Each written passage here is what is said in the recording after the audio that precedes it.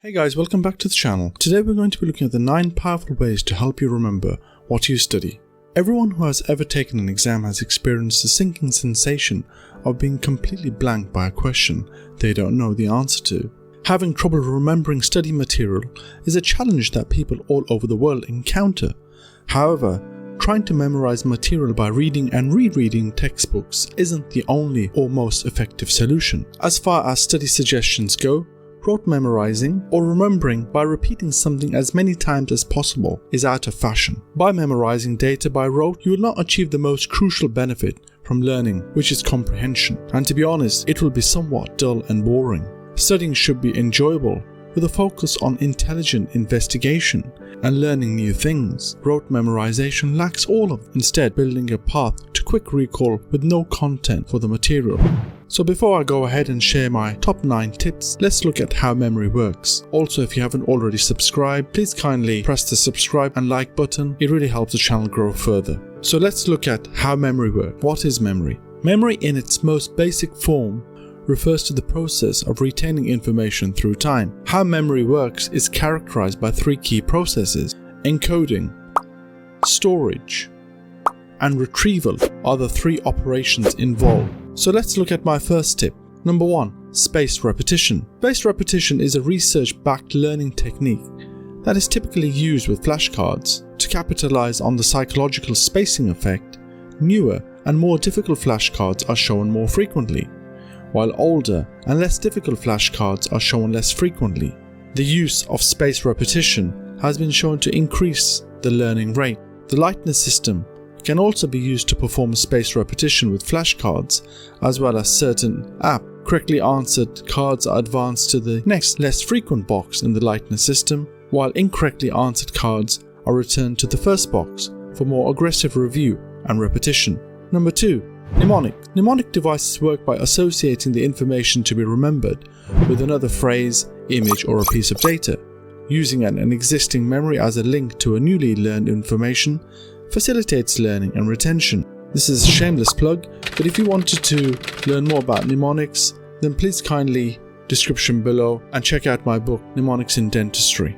Number 3. Teach someone else, also known as the Feynman technique. Use the Feynman technique, which entails explaining concepts in the most basic terms possible to anyone who will listen, such as a study buddy or even your mobile phone. Determine the subject that you want to talk about and start writing what you would like to teach your colleague. Identify the gaps in your knowledge and look up the areas where you are not too sure about. Collate all the notes and then start teaching others. Number 4. Speak to yourself. Although this tip may appear unusual, study has shown us that talking out aloud while learning information enhances encrypting and recollection by up to 10%. Speaking aloud has also been shown in studies to improve active learning in general. Self-talk has a bad rep. Muttering to ourselves frequently appears to be a sign of madness. It's not appropriate to do so in public. However, talking to oneself is essential for self-explanation and is generally beneficial for learning. For one thing, it slows everything down, and when we deliberate,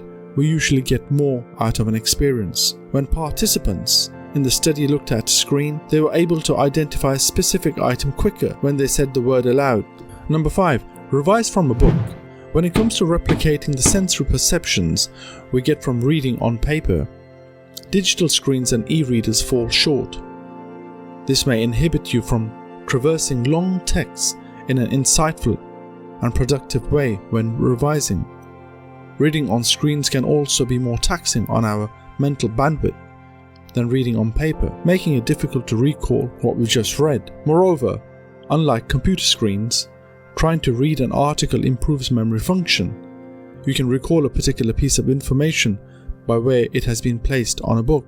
On top of that, paper eliminates one of the leading causes of students losing focus: diversion. There would not be an unlimited number of websites enticing our eyes away from the much study hours and attempting to break our focus, which is critical to retaining memory. Furthermore, you may be surprised to learn that many people regard tablets and computers in a subconsciously less beneficial and productive mental state to learning than they do with paper. Chunking. George Miller coined the term chunking. He discovered that if people could chunk or merge some piece of information, they could store more information. It was found that the people could manage somewhere around 5 and 9 pieces of data, with 7 being the average. It's common sense that breaking things down into manageable, more small portions makes them easier to remember. The rule applies to all types of information, including phone numbers and lists of vocabulary or grammatical structural rules. A number sequence, for example, can be broken down into groups of 4, which can then be connected to images. When you combine the number and pictures, you generate an interaction between the two, which also aids memory retention. Highlighting text. Simply, the act of highlighting is not advantageous to memory retention. Rather, students should learn to recognize important points to highlight, and this act of selecting what to highlight could be an important indicator of the efficacy of highlighting. If you are highlighting text in a book, a suggestion would be to write those items in a notebook or a diary and revisit those highlighted items on a daily or a weekly basis. Or if you are using a Kindle or an iPad, then I would suggest a great app which I use is called Readwise. I'm not being sponsored by Readwise, but if they are watching and if you wanted to sponsor this video, then please kindly let me know. It will be most welcome.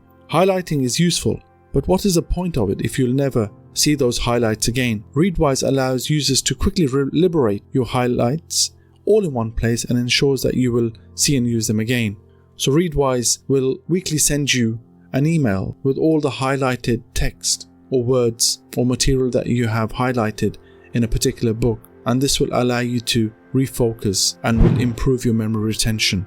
Using the Pomodoro technique, we'll start to think in tomatoes rather than hours is the key to effective time management. It may appear ridiculous at first, but millions of people confess by the Pomodoro technique. Life-changing. Pomodoro is an Italian word for tomato. Each Pomodoro is committed to a single activity, and each break is an opportunity to reset and return your focus to the task at hand. And last but not least, number 9, sleep and exercise.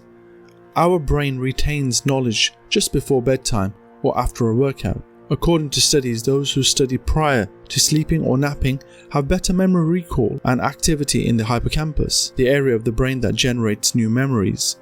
It should come as no surprise that having adequate, excellent quality sleep is advantageous for learning and recalling knowledge. Many people are unaware, however, that sleep may be used to purposefully improve memory. According to a study, a person who has slept well immediately after memorizing a number of faces and names had greater memory retention of information than those who don't. Well, thank you very much for listening. We hope you have found this presentation beneficial. We hope it will enhance your memory recall and learning. Please kindly like and subscribe if you haven't already done so, and we will be bringing more videos for you in the near future. Thank you very much again for listening.